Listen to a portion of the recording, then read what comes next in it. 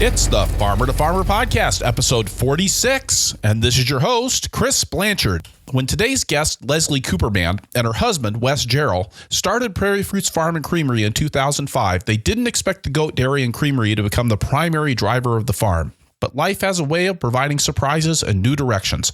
Located just outside of Champaign-Urbana, Illinois, Prairie Fruits Farm and Creamery has over 70 milking does, providing the basis for their goat cheese and gelato business, which they run in addition to a vigorous on-farm dinner enterprise.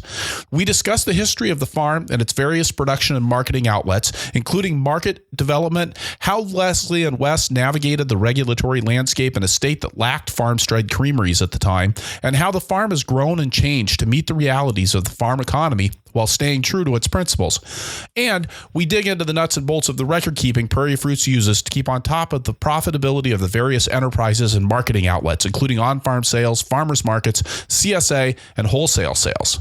We had a great time talking about goats. Leslie brought a ton of experience and insight into the process of running a diversified farm business that is sure to be applicable whether you're squeezing goats or bunching carrots for a living. The Farmer to Farmer podcast is brought to you by Vermont Compost, founded by organic crop growing professionals committed to meeting the need for high quality composts and compost-based living soil mixes for certified organic plant production. VermontCompost.com. The Farmer to Farmer podcast is brought to you by BCS America.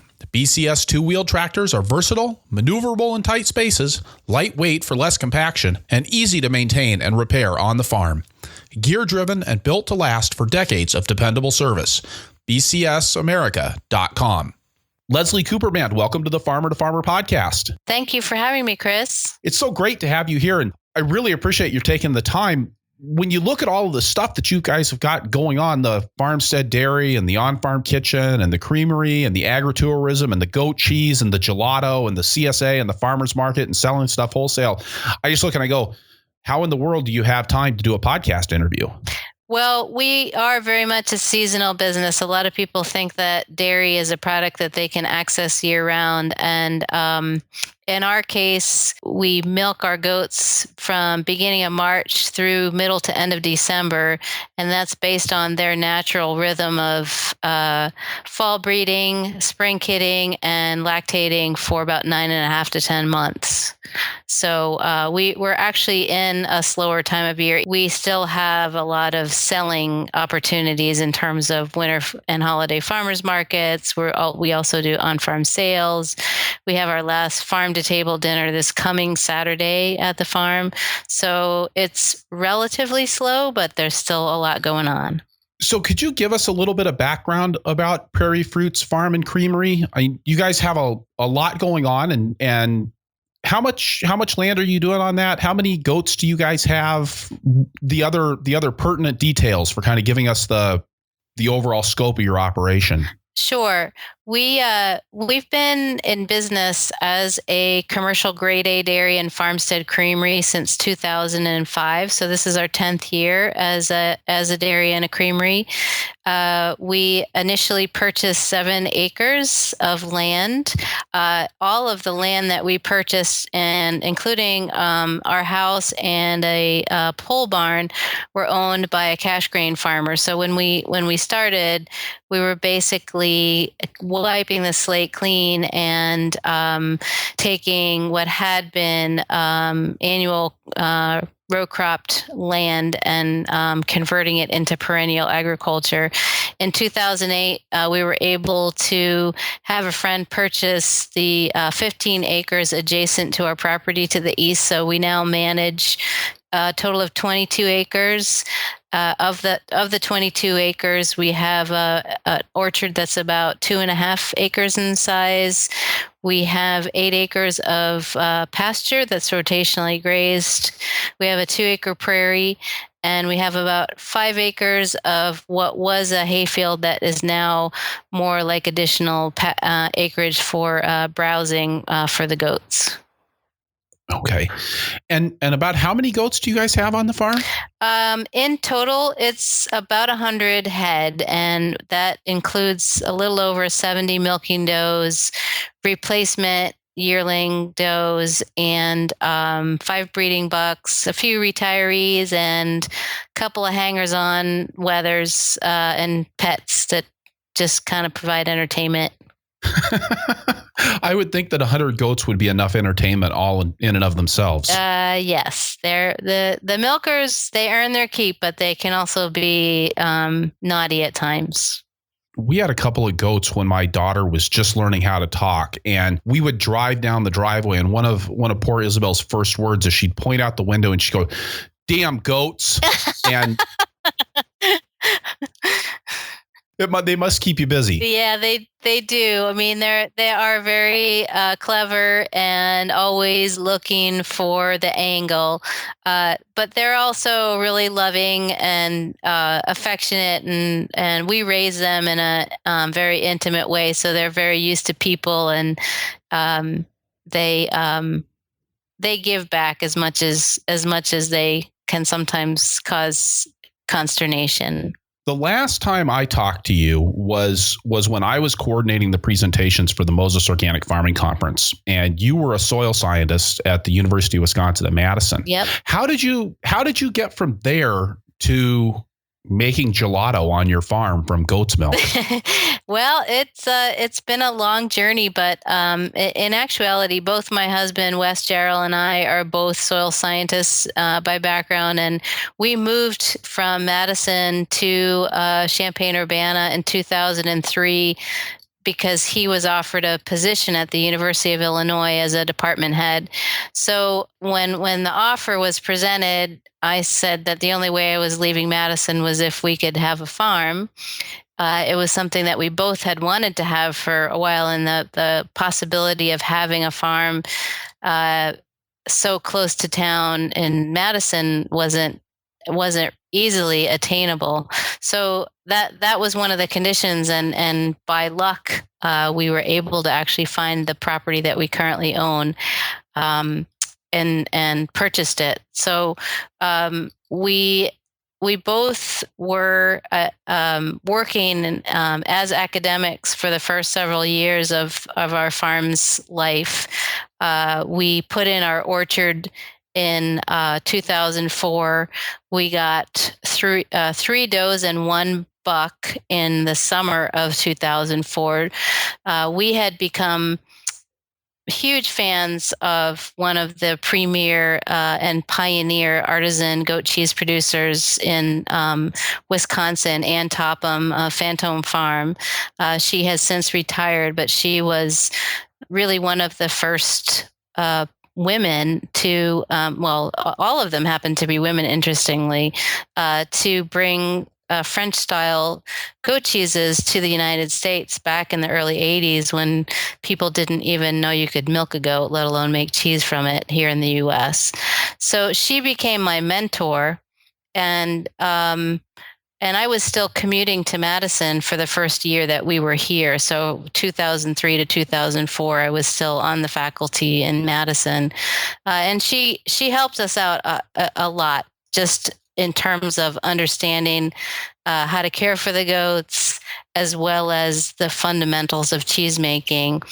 And as a soil scientist, there are a lot of parallels, especially the kind of work that I was doing in composting and organic matter recycling. There's a lot of similar, they're microbially driven processes, and I found that there was a lot of similarities in cheese making to managing a compost pile. I know that sounds insane, but yeah, you're going to have to go a little bit deeper on that, because I'm kind of feeling grossed out right now.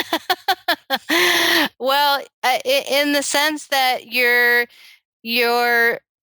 relying on organisms that you can't even see to orchestrate a process that is going to result in a product at the end that doesn't really resemble a whole lot the initial ingredients. In the case of compost, you're taking a whole bunch of different organic materials considered waste and turning them into this beautiful black material that has tremendous benefit as a soil amendment. And in the case of milk, transforming that liquid into a huge variety of cheeses that have we make about eight or nine different styles of cheese from goat milk, and they don't, and all of the process that gets from milk to cheese is essentially like farming microbes, different kind of microbes. It's you're using fermentation processes as opposed to like aerobic processes and composting, but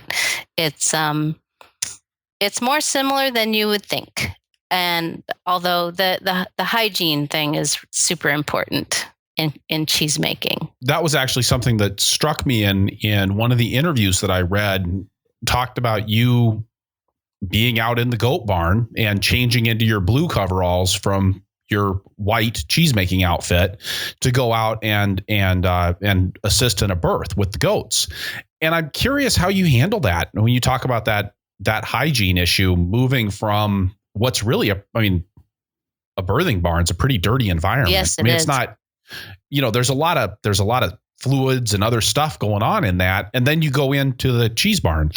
How do you manage that? Well, we really are very, very concerned about maintaining strict hygienic conditions in our creamery, and we have separate set of clothes that, if I'm going back and forth between the barn and the creamery, and I know that I've been like assisting in a birth or something, then I'll completely change my clothes. If I'm really dirty, I'll even take a shower before I go back into the creamery.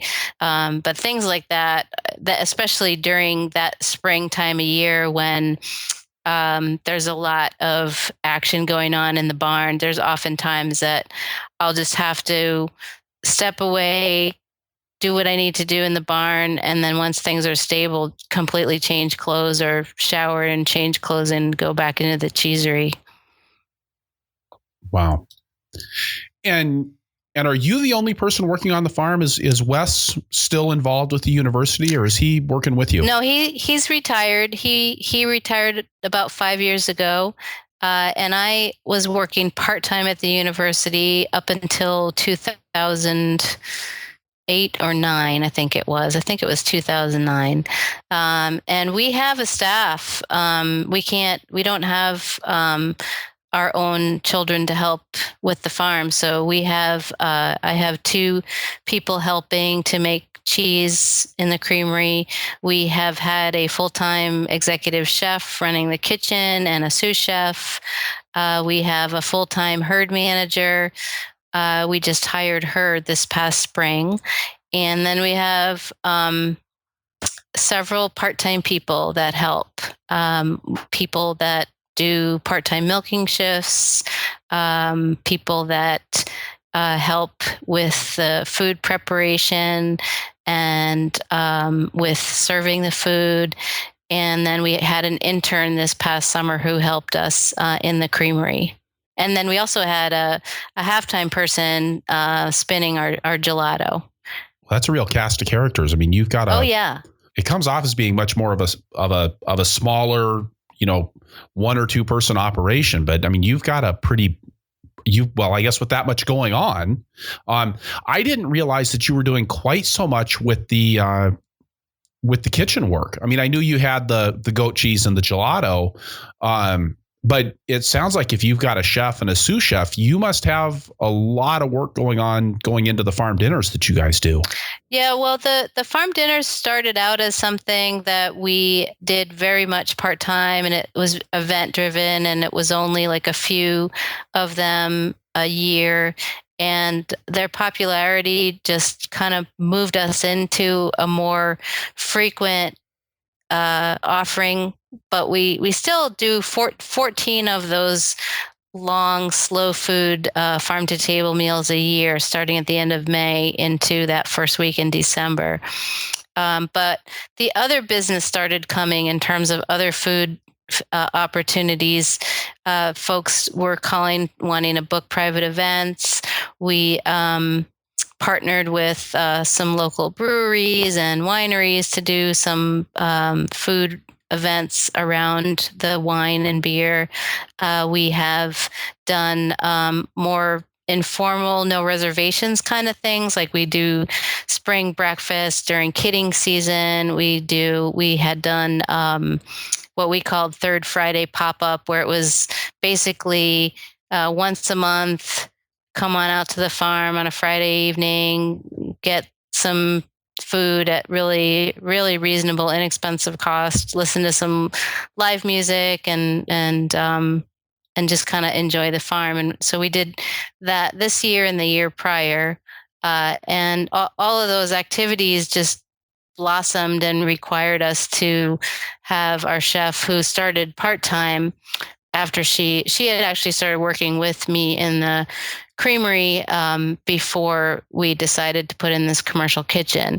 And then she had a child, and her workload was pared down to about a half-time position for several years. But then the past 2 or 3 years, she's been full-time. It really seems like you guys have kind of looked around and latched onto opportunities as you've grown the farm. Did you start off thinking that you were going to have a goat dairy, or did you guys really start off thinking you were going to be a fruit tree farm? Well, the name Prairie Fruits Farm, that was our original name. That was kind of the idea, was that we would mostly be about the fruit, and our goal was to try to grow tree fruits organically and offer opportunities for the community to come out and do U-pick. Since our farm is really close to town, we're literally about 4.5 miles to downtown Urbana and about 5 miles to downtown Champaign.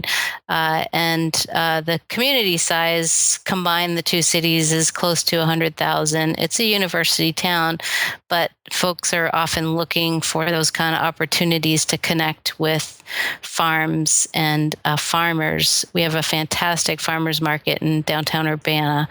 So that was the original vision. And my husband grew up on a farm in Oregon, a small family farm that was mostly, they call them prunes out in Oregon, plums, prune orchard. And then they also had peaches, and he would go around with his grandfather to peddle peaches when he grew up. And from the age of 5 onward, he was picking berries in the berry fields in west of Portland in Oregon. So that was his vision, was to have a place that was focused around fruit.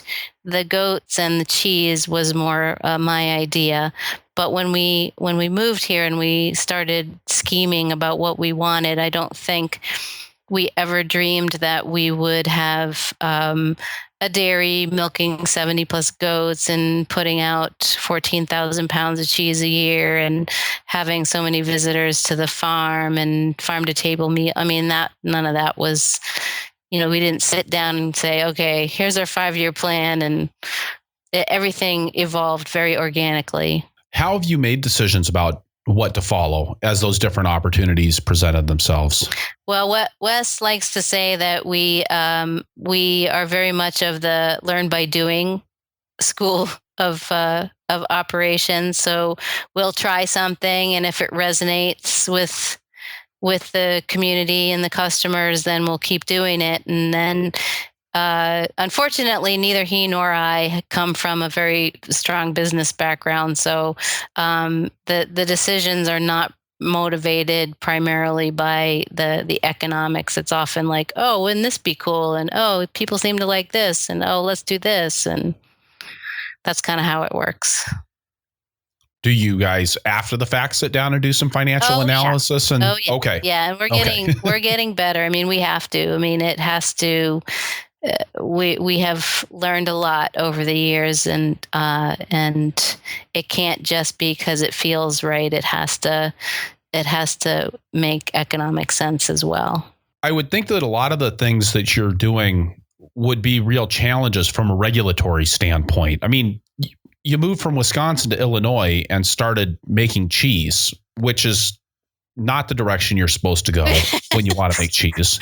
And I would just, all of those things, the creamery, the on-farm dinners they're not things that Illinois must deal with on a regular basis from a regulatory standpoint. How have you negotiated that process?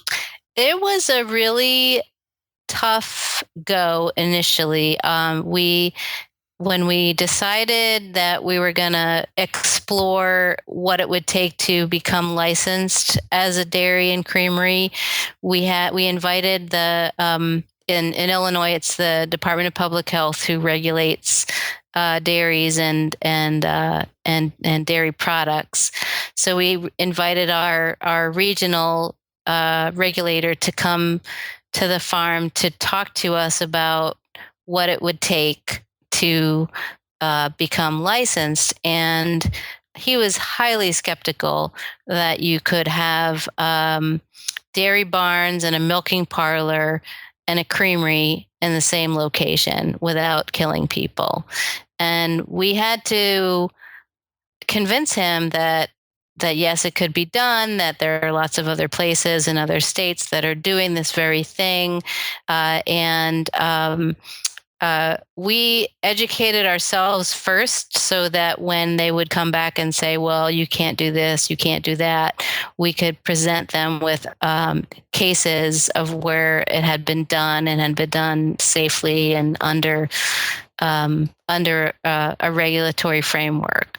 And so we just decided, okay, we're going to do this and we're going to work with the regulator. We're not going to antagonize him. And it happened. I mean, it took several months to go back and forth on our plans. And then our equipment had to be inspected. And that took about 4 visits before our equipment was approved. But I found that once our equipment was approved and once we started making product and once we started demonstrating that our product was really clean and that, in fact, we go above and beyond what's required of us from a regulatory standpoint, I think we've won the respect of the regulators, and they actually kind of hold us up to other folks who are considering doing something like this as an example of a creamery and a dairy that they think is doing a good job. So when you were going through that process of educating yourselves about other operations that were doing the same things, those were operations that were outside of Illinois. Yeah. And then you were having to kind of come back and explain to the Illinois regulators how those things worked and how that related to the laws in Illinois. Because I'm willing to bet there wasn't actually a law on the books in Illinois that said you can't have a creamery and a milking operation in the same place. Yeah, they didn't. You're right. There was no precedence. We were the first farmstead creamery. Farmstead meaning having milk from our own herd to be used in making the dairy value-added dairy products. So they didn't have an example in Illinois for themselves to look at, and neither did we. All we could do is, and many of our examples came from Wisconsin. It was just easier to show them examples from Wisconsin, but we also visited places in Indiana and in Vermont and California, and so we could kind of draw on other examples from other parts of the country. And then it was just a matter of working with the regulators to say, this is possible. What do we need to do to make you guys happy? Yeah. And their modus operandi is, in the case of the equipment, you buy it, we'll look at it, and we'll tell you if we accept it or not. So they put the burden of risk on the producer, and what we had to do was to go back to in particular the pasteurizer manufacturer and say, all right, will you make the changes that the regulators are requiring if they ask us to make these changes? And they said yes, and so that's how we were able to get get it eventually approved. Our inspector was, we actually imported our vat pasteurizer from the Netherlands, and the inspector, it turned out, was not a big fan of non-U.S. manufactured equipment. So he already had a bias going into it. Not only were you doing a farmstead dairy and being somewhat organic in Illinois, but now you were going to get equipment from the Netherlands. I mean, my God, how risky could you get? Yeah, right. Yeah, well, at the time, there was very little options for small scale dairy equipment in the U.S. that was really made well for small operations. Our cheese vat is a 50-gallon vat, and it doesn't seem like it's that long ago, 2000, 2004, whatever. But at that time, there were most of the manufacturers who were making small scale equipment in the U.S. were just basically taking the large scale equipment and downsizing it. And it doesn't work the same. It's not like you can just size it down. Whereas in Europe, they're used to smaller batch production, and they had equipment that was designed for that. It's one of the things I find really frustrating with most things having to do with food safety regulations. And I don't know if this exists in other regulatory arenas, but this idea that, like, okay, we're going to give you some sort of an outcome that you're going to create, but we're not going to tell you what requirements you need to meet. We'll tell you if you've met those requirements. It's like in the GAPS regulations for fresh produce, they say you're supposed to do things like clean your evaporator fans on a regular basis, often enough to prevent them from becoming a food safety hazard. And it's like, okay, somebody just tell me how often I need to clean my fans. Yeah. I can do that, and it sounds like you ran into a similar thing with these equipment issues. But here you are. I mean, you're not talking about just being able to access another market, or one or two procedures to figure out. You're talking, I mean, I can't imagine that a vat pasteurizer from the Netherlands is an inexpensive investment. No. That must have been an insanely frustrating process for you. It was pretty frustrating, and I found myself having to bite my tongue a lot. But we did, at the end of the day, our regional inspector, or our regional regulator, was a pretty reasonable guy, and he could see that we were making a good faith effort to do the right thing. And he actually helped facilitate that interaction between the equipment inspector and us to eventually come to an agreement that the equipment was safe, and that we were not going to be creating these horrible biofilms that would result in contamination that would kill people.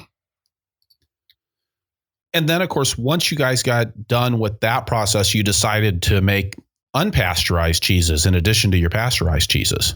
Yes, and that is allowed in the U.S. You can make raw milk cheeses from as long as the cheeses are aged 60 days or longer.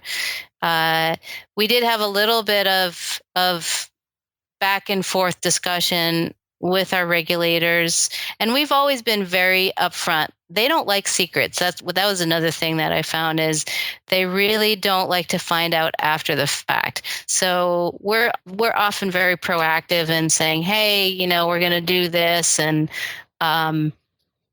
here's why, and these are the styles of cheese. And there was, and what's so interesting to me is that although they regulate cheese and dairy products, their understanding of cheese is so primitive that it actually is a real hindrance in getting them to understand what the relative risks are associated with different cheese styles, because they don't really even understand cheese and the likelihood that certain cheeses will or won't be more conducive to harboring pathogens.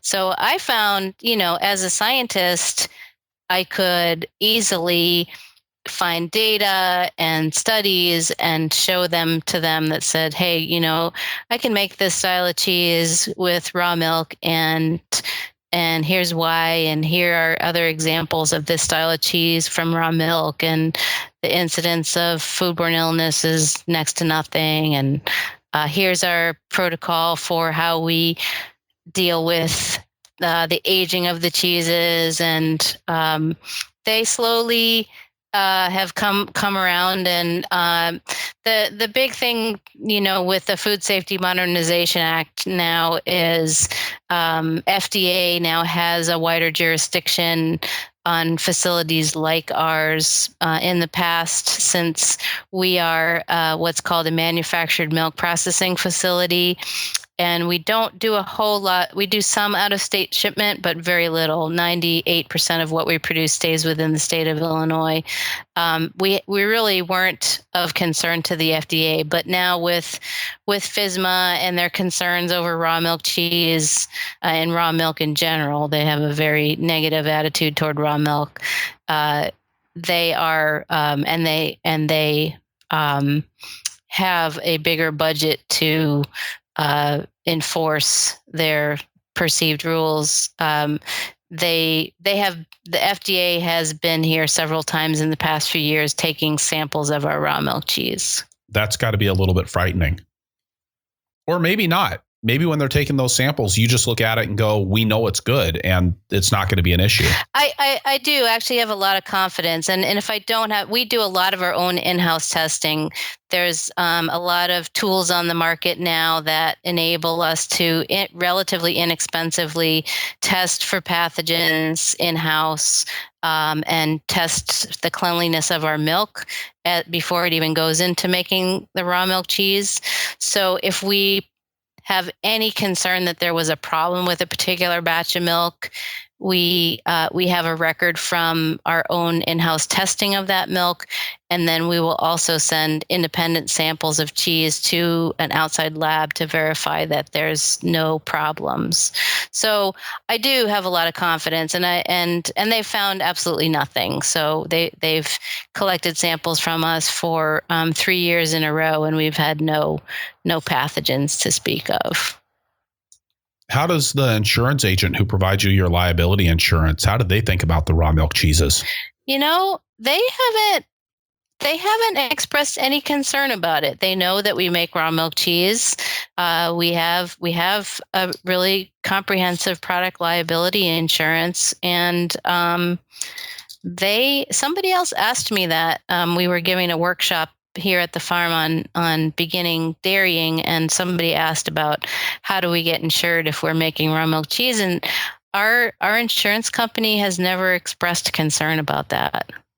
That's really nice. My insurance company kind of freaked out that we were even doing vegetables. They thought that whole idea of food for people was just something that maybe we should be thinking twice about. So tell me some more about the dinners and some of the regulatory hurdles that you've run into with doing the on-farm food service. Do you guys have a restaurant license? Are you serving people at tables, or is it picnic style? How does that all fit together? Our kitchen is licensed. It's a different entity that licenses kitchens in our county. It's our county health department. They are actually more strict than the state inspectors who inspect our dairy and our creamery, if you can believe that. And so we have to be permitted every year. We have an inspection every year, and then they issue a report just like a restaurant would get. But because we're not within the city limits, there are a few things that restaurants that are within city limits have to adhere to that we don't have to adhere to. But I will say that, I've been in many kitchens, and our chef, who comes from a culinary background, has worked in many kitchens, and she runs a very clean operation. So the permit that we have through our county allows us to prepare and serve meals to the general public. Do you guys have sit-down table service? Yeah, well, it's the the farm to table dinners that we do, the Dinners on the Farm series, we call it, is it's a single menu, and everyone eats the same menu, and it's a 5-course, 4-hour slow food meal. So guests arrive in the late afternoon, and we have several hors d'oeuvres for them. Then we take them on a tour of the farm. And then after about an hour and a half, we're sitting down to the first course. And the event starts at 4, and then it's typically ending at about 8 o'clock in the evening. So and for those dinners, everyone sits at long tables. It's communal, it's convivial, and the model is very, very much in the spirit of slow food, eating at one long table. The other events that we do that are more impromptu and no reservations, we do set up tables. We created a dining space that also fronts as a meeting space and a classroom when it's not being used for food service. That's inside our barn. And then when the weather's nice, we set up tables outside. I'm thinking that even just the chairs and the tables alone must represent a pretty significant investment, and adding in barn space or dedicated space to that. Are the on-farm dinners in their various formats? Is that something that is a profitable enterprise for you guys? It is profitable. We our chef is actually going to be leaving us at the end of this season. She's been with us for 9 years, and she's decided that she just wants to take a break from cooking. So we're really rethinking what we want to do with our kitchen space and what style of food service we want to offer to the community. Our dinners are very much at the high end of the spectrum in terms of the cost per person. It's $125 for the 5-course, 4-hour meal, and that's exclusive of wine or beer. We do have a liquor license also that people can buy wine or beer from us, but we also let people bring their own. So we're thinking about different ways to still continue to offer food to folks that want to come out and have a meal on the farm, but maybe in a not quite so formal way, and looking at different scenarios that would maintain profitability, but maybe not, that we wouldn't necessarily have so much tied up in our own on-farm staff that execute the meals, maybe because we do already bring in guest chefs, mainly from Chicago, but some local chefs from around here as well. So we're thinking about more of that kind of model for the food on the farm in the future. Leslie, we're going to take a break here and get a word from our sponsors, and then we'll be right back. Okay. The Farmer to Farmer podcast is sponsored by Vermont Compost. When you talk to Carl Hammer, the company founder, he'll remind you that potting soil is a set of promises about a product that has to do a really hard job, produce a healthy plant in a restricted media volume. When I started farming, I focused on the cheapest ingredients I could get so that I could make my own potting soil. But as my farm grew, and as I saw the challenges that we were having getting great plants out of the greenhouse, I gave it a second look. And I came to the fairly obvious conclusion that success in the greenhouse depends on the success of the plants that are growing there, and that just like in the rest of farming, especially organic farming, that success rests on the stuff that the plant is growing in. The cost of your potting soil isn't insignificant, but it's a small cost relative to plant material, heat, and labor. And if the media fails, the rest of the enterprise is a sunk cost. So get the media that works year after year after year and grow some great transplants. VermontCompost.com. The Farmer to Farmer podcast is brought to you by BCS America. BCS two-wheeled tractors are often mistaken for just a rototiller, but they are truly superior pieces of farming equipment. Engineered and built in Italy where small farms are a way of life, BCS tractors are built to standards of quality and durability expected of real agricultural equipment, the kind of dependability that every farm needs. I've worked with BCS tractors for over 24 years, and I wouldn't consider anything else for my small tractor needs. And I'm not the only fan. More than 1.5 million people in 50 countries have discovered the advantages of owning Europe's most popular two-wheeled tractor. And these really are small tractors, with the kinds of features found on their four-wheeled cousins and a wide array of equipment: power harrows, rotary plows, flail mowers, snow throwers, sickle bar mowers, chippers, log splitters. You name it, you can probably put it on a BCS. Check out bcsamerica.com to see photos and videos of BCS in action. bcsamerica.com. All right, and we're back with Leslie Cooperband from Prairie Fruits Farm and Creamery, which really ought to be Prairie Fruits Creamery and Farm. Just a little bit of business advice there for you, Leslie, just free on the side. Token of my appreciation for being on the show. Leslie, with the relatively small acres that you have and 100 goats, I'm guessing that managing the feed isn't something that you're doing just from your own acreage. That is correct. We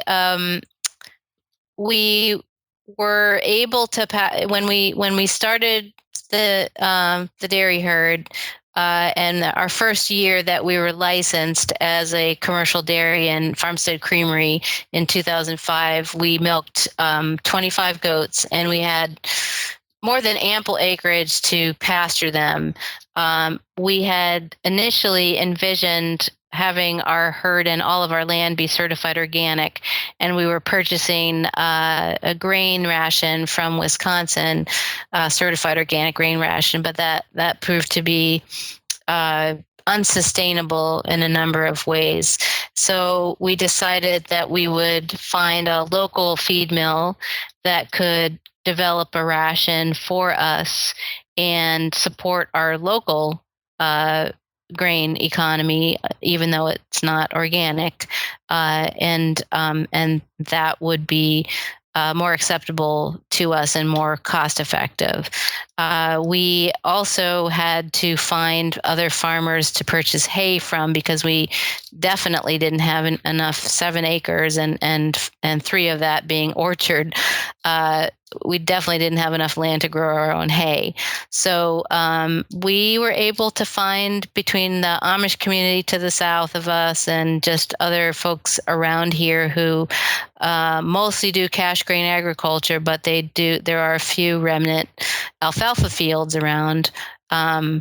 We were able to source all of our hay and our grain locally. And then as our herd expanded and we added the 15 acres to the east and put in a 5-acre hay field, we also at that time rented about 20 acres to the south of us from a neighbor farm to grow our own hay. So we were self-sufficient in hay for several years, and then decided that the economics and the headaches of the baler constantly breaking, and I don't know if you've ever made hay, but it is a extremely frustrating kind of enterprise, especially in the humid Midwest, trying to cut it at the right time and rake it and get it up before it rains again is really challenging.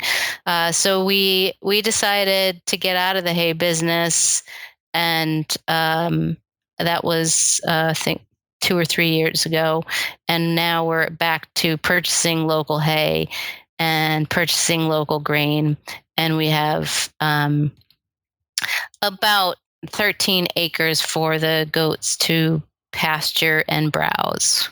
So how did you end up making that decision? I mean, with most farms, there's a real desire to do everything. You want to, raising your own hay has, I guess, sort of fits into that mystique of the closed loop on your farm or the self-sustaining farm operation.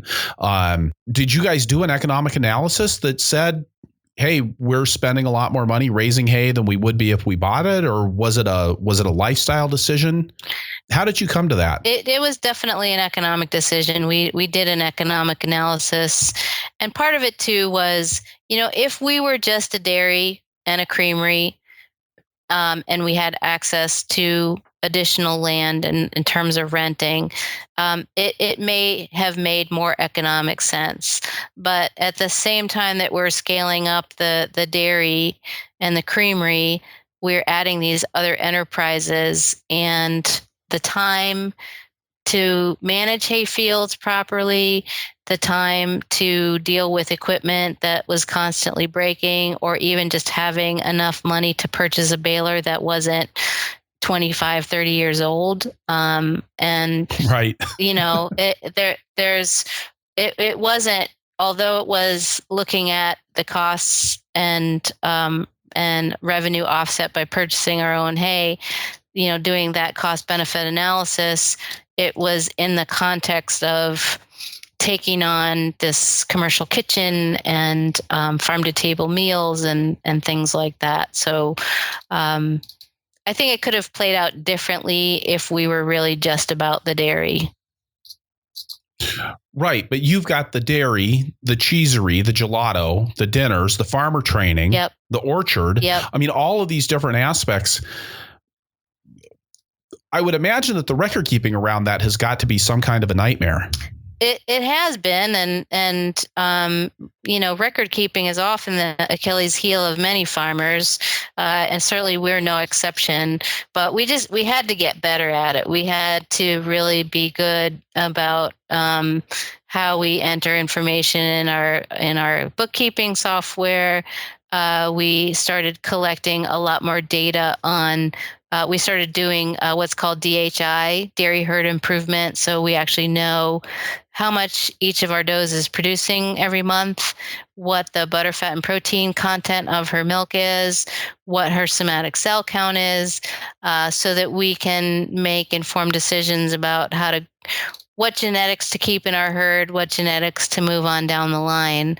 And with the other enterprises, we just, even though our initial drivers were more about, this is something that we're really passionate about, at some point we really kind of crossed over the threshold of, and I think one of the things that forced the issue was once I left the university job, and then once Wes retired from the university, not having any off-farm income really forced us to be much more on top of the economics of these different enterprises, because we strive to pay our staff a living wage, at least agriculturally speaking. They're not having a living wage in terms of like a high tech job or something, but we offered health insurance before the Affordable Care Act came on the board, and we just we had certain goals that we wanted to achieve,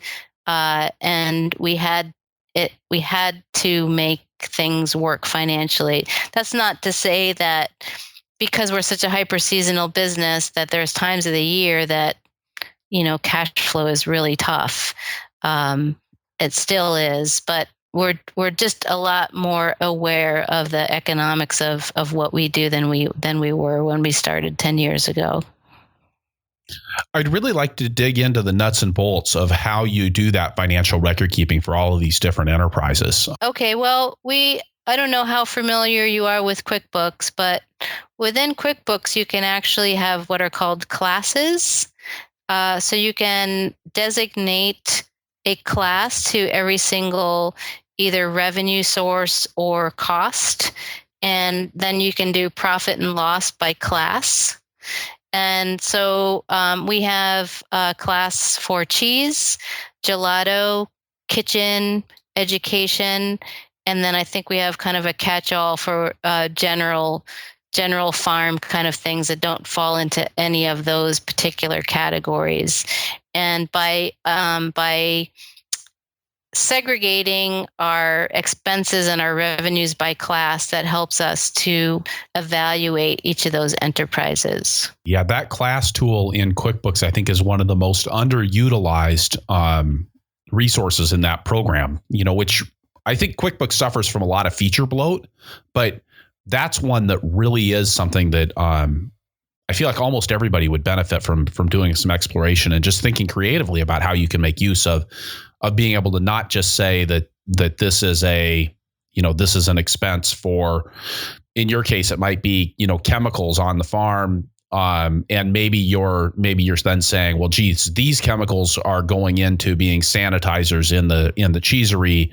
These ones are going in to be cleaning supplies in the kitchen, for example. Yep. That's a way you would use that? Yep, exactly. Yeah. And really it was our accountant who showed us that we could do that on QuickBooks. Do you work with an accountant on a regular basis, or are you guys handling the financial record keeping in-house?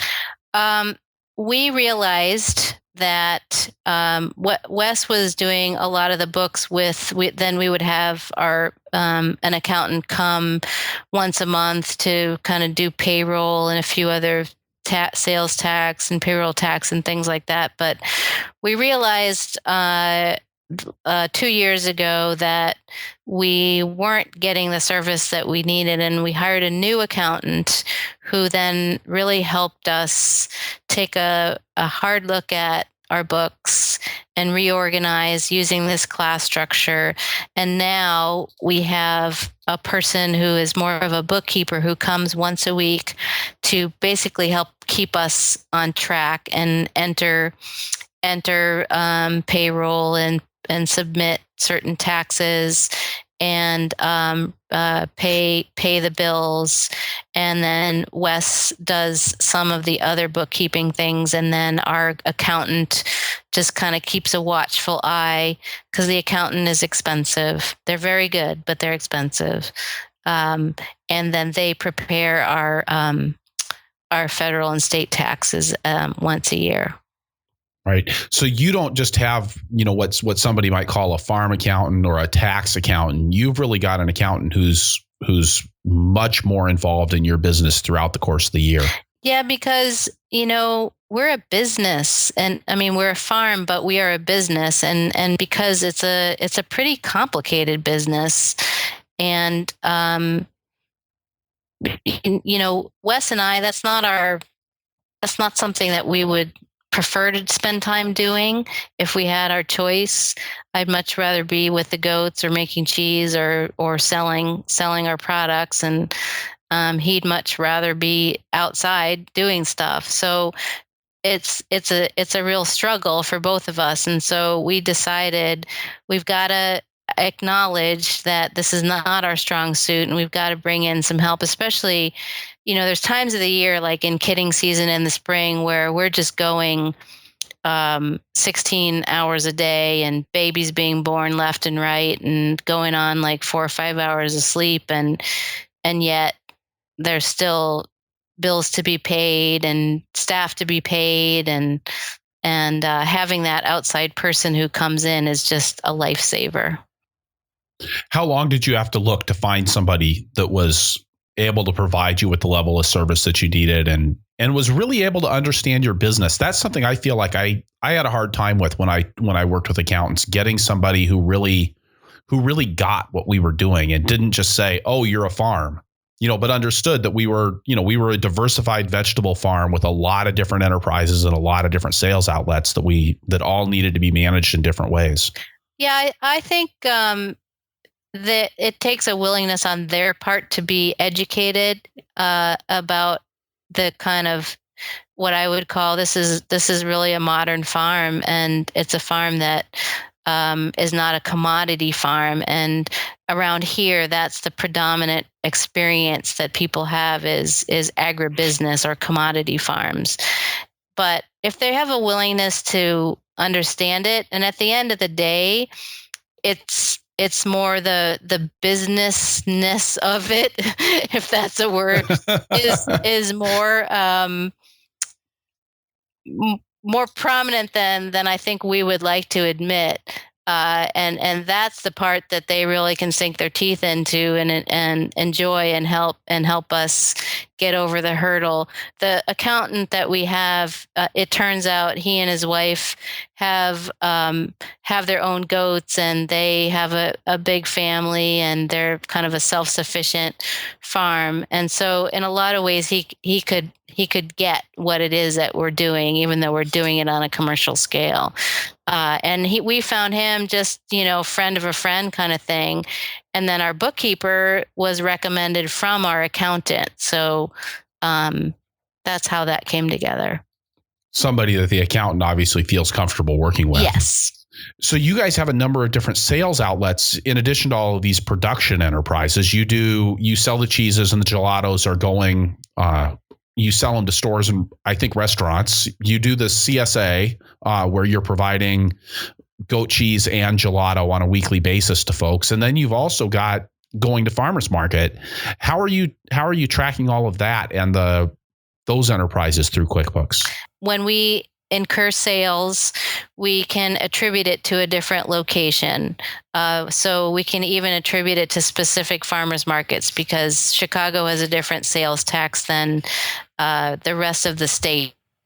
When we enter our sales, we account for the specific location, whether it's on farm, Urbana Farmers Market, Chicago Farmers Market, CSA, and that's basically how we keep track of it through QuickBooks. Okay, and what function in QuickBooks are you using for that? Is that still the class function, or is that based on? Okay, so you're using the classes for the production enterprises as well as for the sales enterprises. Yes. Great. So can you tell us a little bit more about your marketing strategy for the products? Our cheese is about 50-50 wholesale, retail. And within the wholesale realm, we sell mostly direct to our wholesale customers. We do have a couple of wholesale customers who are cheese shops that then sell to restaurants, and that's particularly in the Chicago area. But most of our wholesale customers are either restaurants direct or specialty food stores or cheese shops directly.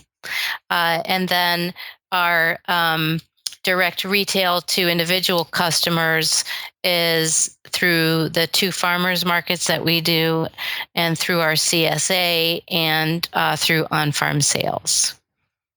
Okay. Could you tell us a little bit more about the CSA program?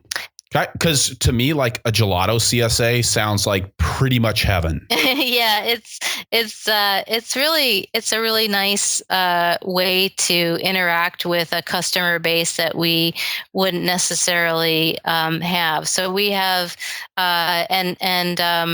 we use our website is the platform is designed by Small Farm Central. I don't know if you're familiar with them, but they specialize in CSA farms. And so we're able to offer kind of an a la carte, several options within each type of product that we have. So with the cheese, there's like 4 different options. The gelato, there's 2 options. We partnered with a baker to offer bread as well. This coming year, we're looking at partnering with a diversified livestock farmer who raises, it's all pasture raised animals from chicken to turkey to beef and lamb and pork. And so people can decide within each type of product what options they want. And if they aren't interested in cheese but just gelato, they can do just gelato. If they're interested in cheese and not gelato, they can do that as well. If they just like our fresh chev and they don't like the bloomy rind cheeses, they can just get chev. And then we put that all together, and then I go to the pickup locations when they happen. We have 2 in Bloomington Normal, which is just west of us, and we used to do a farmers market there. So this is kind of their only opportunity to get our products in that area. It's a really I really enjoy the CSA because we get to provide products to people that normally wouldn't have access to it, and having that income come in the winter is extremely helpful. So that's something that you're doing year round. Well, it's a seasonal thing. We're looking at maybe offering a winter version of it. There's a vegetable farmer who we're friends with just to the east of us, who does a lot of winter growing of mostly leafy greens, and they do a pre-order buying club in the winter, and we're looking at piggybacking with them to offer the cheese, because we can freeze our chev and have that available in the winter. We're also experimenting with bringing in some winter cow milk so that we can make some cheese in the winter and have that available to our customers. That we're finding that it's harder and harder to make the income that we need to make in a 10-month period that can sustain us for the time of year that we're not actively milking goats and making cheese. Because you still got to feed the goats and you still got to buy groceries. Yes, yeah. We do. And we still have, there's still fixed costs that have to be paid. When you guys started marketing at the farmers market with the cheeses, you said that, back 10 years ago, there just wasn't a whole lot of awareness about the different kinds of cheese. How did you go about developing that marketplace? It's really interesting that with Champaign-Urbana being a university town, that you would think that there would be a pretty educated population as it relates to food, and in particular European cheeses. But what we found when we put up our little tent in the fourth row at the Urbana Farmers Market was people were freaked out about goat cheese. They were actually fearful of it. And we had to do a lot of sampling, a lot of offering tastes to get people to overcome their fear and taste it. But we gradually gained the clientele, and people started coming back, and then we expanded our repertoire to include bloomy rind cheeses that following year. And again, we had to get people to taste, and now I find that people are very, very eager to try. We put out a new cheese. We actually made 2 new cheeses this year. One of them being a washed rind cheese, which is a very pungent, very full flavored kind of cheese. And I thought, Chicago, they'll have no problem with this, but Urbana is going to be totally afraid of it. And really, I've been really impressed with people's willingness to try and actually like what they're tasting. And at what point did you decide to introduce the gelato line? Because again, goat's milk gelato is not something that I would exactly. Well, it's not the first thing that pops to mind when I think of gelato or goat's milk. Right. So we did a major expansion in our herd in 2008, and we actually expanded our milking parlor, doubled the size of our milking parlor. And the following year, 2009, we started bringing in sheep milk from an Amish farm. We helped them get licensed as a sheep dairy, and then we started buying their milk. So we had times of the year that our combined milk production from our own goats and from the sheep, and then turning that sheep milk 100 gallons a week into cheese, was getting very close to the capacity of our creamery in terms of production and aging space. So we were looking for another value-added product that we could make from seasonal surplus milk, and with a license of a manufactured milk processing facility, we could make ice cream. And we wanted to make a healthful kind of frozen dessert, and gelato is actually more healthful than ice cream. And Wes and I went to Italy in the winter of 2011 to Gelato University in Bologna, and spent a week there learning how to make gelato so that we could then come back and from scratch make our own gelato base, and then develop a line of flavors. We do traditional flavors like vanilla, chocolate, hazelnut, pistachio, but we also really emphasize the local flavors using local fruits, local nuts, local herbs, our own honey. We do like a honey chev gelato, for example, and it turns out that goat milk makes a beautiful gelato because the fat is naturally homogenized, and so it tastes very creamy, but the overall fat content of gelato relative to American ice cream is about half the fat content. Are you guys using your own fruits with the gelato? Yes, when we have fruit, we definitely are using our fruit. It's been challenging past 4 or 5 years with fruit here in the Midwest with climate variation.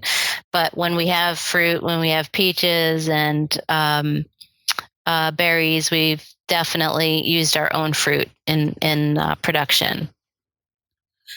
Now, when we were chatting before the show, you mentioned that you guys have kind of an interesting arrangement in your orchard with some beginning farmers taking advantage of that resource that's difficult for you guys to manage. And it's interesting to me that you talked about getting an Amish farmer started with the sheep dairy, and I know that you guys have done a lot of work with farmer training.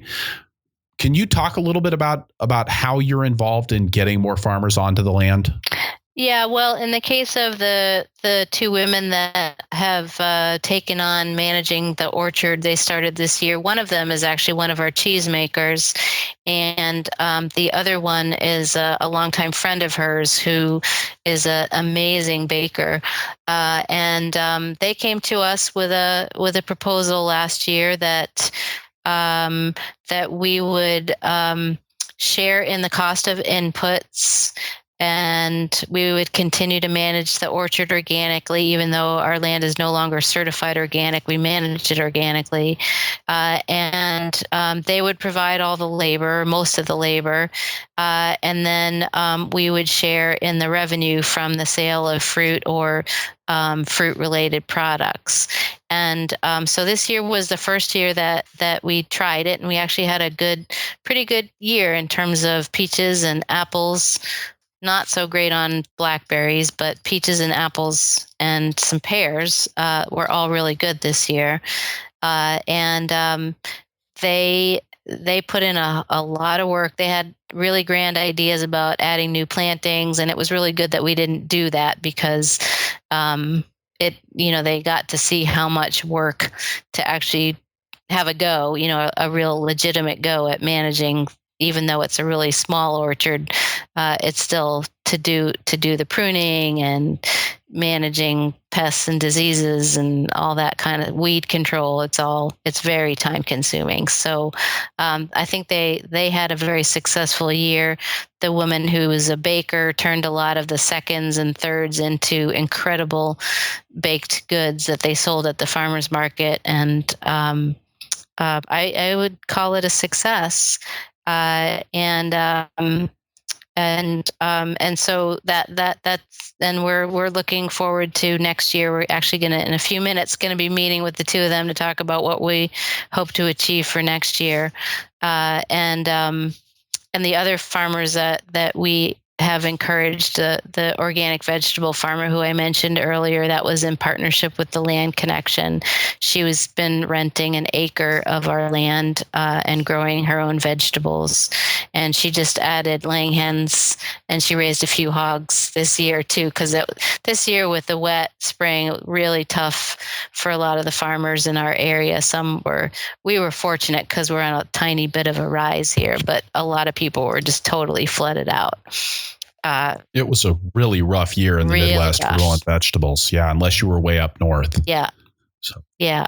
So, I mean, that's kind of what we do, and we see the future in helping young farmers get started that don't have their own land, that have a great idea and really want to test concept and do it on land, that we have available that's not being used to its fullest capacity.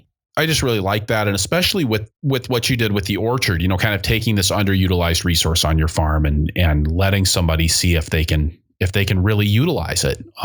What a great thing to do with, sort of those false starts that you might have had early on in your farming career. Yeah. Yeah. And it's really makes us really happy to see all the fruit coming off of it and them learning. And they had their own stand at the market in the fall, and people knew that that the fruit was from Prairie Fruits Farm, but they managed the selling of it in the market. They made a lot of cider, because we had a lot of seconds, but the cider was amazing. With that, Leslie, I'd like to turn to our lightning round that we do at the end of every show and hit you with a few short questions that don't necessarily have any relationship to each other. Okay. All right. What's your favorite tool on the farm? My favorite tool? My own hands. Which probably get a lot of use. Yeah. So, and how about your favorite resource when you don't have the information readily available to you? I actually really love Giannicles Caldwell has a number of great online resources pertaining to farmstead creameries and cheesemaking. Smalldairy.com is another great resource that I like to use. Peter Dixon, he's a cheese consultant, also has a great website with a lot of good information. And I'm just curious, along that same note, when you guys found the Gelato school in Bologna, Italy, rough place to have to go for a week. How did you find that? Well, we bought a gelato machine, a spinner, from this company, Italian company, Carpigiani, and they're headquartered in Bologna. And with the purchase of the equipment, they offered one place at their week-long gelato school. And we could do it either in North Carolina or Bologna. So you decide, right? Which would you rather? Yeah, that's kind of a no-brainer. Right. Nothing against those listeners in North Carolina. Just be clear about that. Okay. If you could choose one, what farmer superpower would you choose? Not being tired. Nice. I like that. All right. And finally, if you could go back in time and tell your beginning farmer self one thing, what would it be? That it's often better to not go chasing after the next great idea, but to try to focus on what you're doing and really master it. Leslie, thank you so much for making the time today to talk to me on the Farmer to Farmer podcast. You're very welcome. It was fun. All right. So wrapping things up here, I'll say again that this is episode 46 of the Farmer to Farmer podcast, and that you can find the notes for this show at farmertofarmerpodcast.com by looking on the episodes page or just searching for Cooperband. That's COOPERBAND. I'll be in Bonner Springs, Kansas. That's just outside of Kansas City, Missouri, or as those of us who are hip to the Missouri scene like to say, KCMO, on January 25th and 26th with Cultivate Kansas City to talk about making your farm work for you, where we're going to dig into how to increase your farm income, monitor farm performance, improve control over your time, respond to unexpected changes, and increase your capacity to maintain and reinvest in your farm operation. Your farm should work for you in addition to you working for your farm. More information available at cultivatekc.org. And we wrapped up those employment workshops that I've been talking about for the last several episodes, but we've got another one on the schedule now in Grays Lake, Illinois on February 17th, 2016. Employees make it possible to get more done, but managing workers and their work takes dedicated time, energy, and processes. And I'm going to share what I've learned in 25 years of farming and working with farmers about how to make that work for you. More information, including schedules, registration, and other information at purplepitchfork.com/betterboss. If you enjoy the podcast, I think you would also enjoy my weekly email newsletter, The Flying Rutabaga. The Flying Rutabaga runs the gamut from practical templates for delegation to guidelines for watering transplants. You can sign up at farmertofarmerpodcast.com or purplepitchfork.com.